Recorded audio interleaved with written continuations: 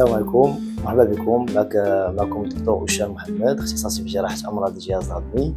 مرحبا بكم في عيادة عمي، واليوم غندويو حول موضوع أمراض المرارة وحصى المرارة.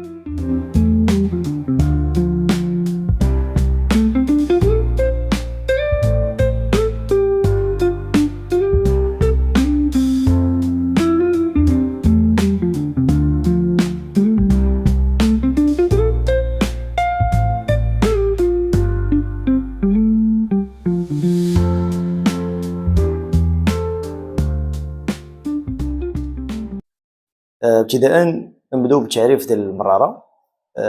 المرارة هو عضو وتابع للكبد، والدور ديالو هو تخزين المادة الصفراء اللي كينتجها الكبد.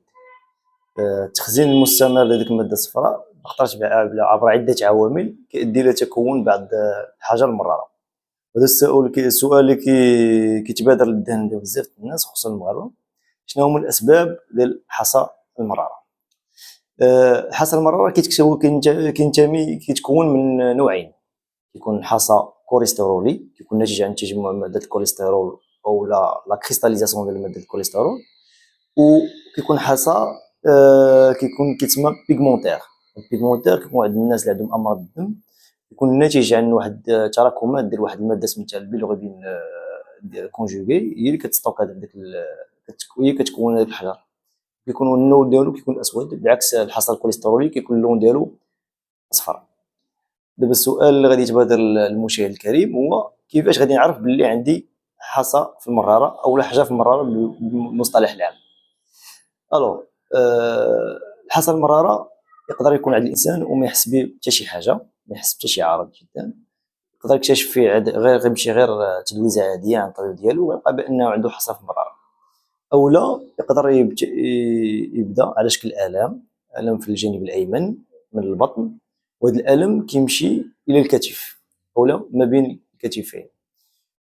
هذه في الحالات العاديه، يعني في حاله انه حصل مراره، في حاله غير وجود مضاعفات، يعني غير حرجه في المراره سون كومبليكاسيون.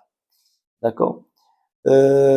الفحص كيتم عند الطبيب، كيتم فحص بالصدى واللي كيكشف لنا عن وجود حصى في المراره، كيكشف لنا الانواع ديالها والعدد ديالها ولي طاي ديالهم. مثلا حاليا السؤال اللي غادي يتبادر للمشاهد الكريم هما: شنو هما المضاعفات ديال المراره في حاله انه الا ما فتحتش ليها؟ شنو هما المضاعفات اللي يقدروا يحدثوا ليا؟ واش ضروري خصني نفتح ليها اولا واش نفتح المراره ولا ما نفتحش ليها؟ الوغ الانسان يقدر يعيش بحصى في المراره او المراره اللي فيها الحجر، يقدر يعيش بها حياته كامله بلا ما يجي حتى شي الام، بلا ما يجي حتى شي مضاعفات، يعني ما يعرفش بانه عنده المراره. كما يقدر اليوم اولا غدا اولا في العشيه اولا شي وقت بحال هكا تجي مضاعفه من المضاعفات اللي منهم: اما ديك الحصى ديال المراره دوز ليه عبر الاوعيه الدمويه ولا العروق ديال المراره كما كتسميوها، وبالتالي غادي تكون عنده تصفيرار، وغيتكون عنده واحد لو طابلو كيتسمى طابلو دونجيكوليت اولا التهاب الاقنيه الصفراويه. وهاد التهاب الاقنيه الصفراويه او لونجيكوليت كيبان على شكل بوصفير، كيكون مصاحب لارتفاع درجه الحراره زايد الم في البطن. المضاعفات الاخرين هما التهاب في البنكرياس، حيث انه ديك الحجره اللي كتكون في العروق المراره او الحصيه الصغيره اللي كتكون في عروق المراره كتبوش لينا واحد الكانال كيكون في البنكرياس. هذاك الكانال البنكرياس اون فوا كيتبوشا كيوقع لنا واحد الالتهاب في البنكرياس، وهذا الالتهاب في البنكرياس فيه 5 مراحل، فيه 5 درجات، وتاهم من بين المضاعفات اللي تقدر دير لنا الحجر في المراره. المضاعفات الاخرى منهم تعفن ديال المراره، حيث انه كيتكون تقيح اولا كيكون التهاب اولا تقيح اولا باختار كاع تقدر تطرطق لنا المراره بسبب الحجر في العروق ديال في المراره. المضاعفات الاخرين يعني والاخطرها هو تكون سرطان على مستوى المراره، وهذا من المضاعفات هو احتمال قليل ولكن وارد، كيتسمى لي نيوكالكول، يعني كيكون سرطان المراره ناتج عن الحصى المراره. دونك هادو من المضاعفات. طرق التشخيص الحمد لله مسرة ومتاحه. فحص بالصدى او ليكوغرافي يقدر يبين لنا كما قلت لكم في الاول يعني عدد الحصيات اللي كاينين والحجم ديالها، وكيبين ايضا واش كاينه مضاعفات او لا مضاعفات ولا ما كايناش. الوغ دابا شنو هو العلاج ديال الحصى المراره؟ العلاج الوحيد ديال الحصى المراره هو علاج جراحي 100%.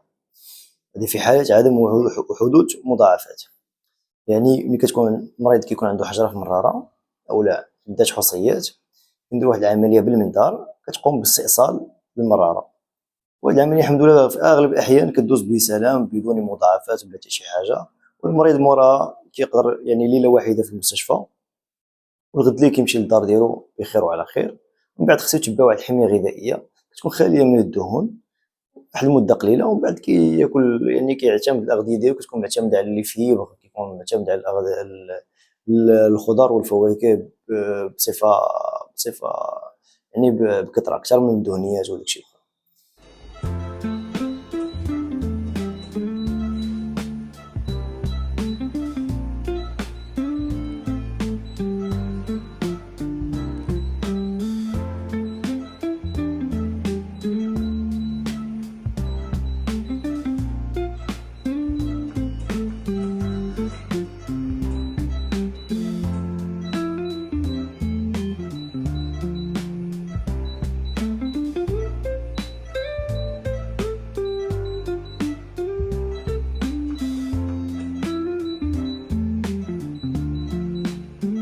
كاين بعض الناس كيلتجؤوا لبعض الاعشاب، التداوي بالاعشاب والوصفات كما كيسميو الطب البديل. الطب البديل ما عنده حتى شي اثر مباشر على الحصى المراره، لان حصى المراره هو حصى يعني كيكون قاصح، كيكون دوغ، كيكون سيت اون كريستاليزاسيون ديال لي كوليسترول وداكشي كيكون قاصح.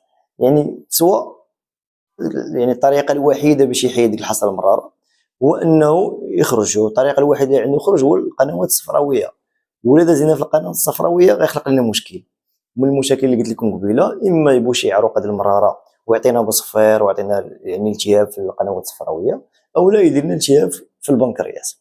بخطرات كاع الا كانت شي حجره كبيره ودازت من تما المسطره كتقدر تبوشي المسطره. هادشي علاش الناس بالنسبه للاعشاب وهادشي كامل يحاولوا يردوا بالهم، لانه ما كاين حتى شي حاجه كتثبت بانه هذوك الاعشاب اللي كياخذهم بصفه عامه انهم عندهم اثر لعلاج الحصى المراره. بالعكس يقدر يدير لهم مشاكل اخرى.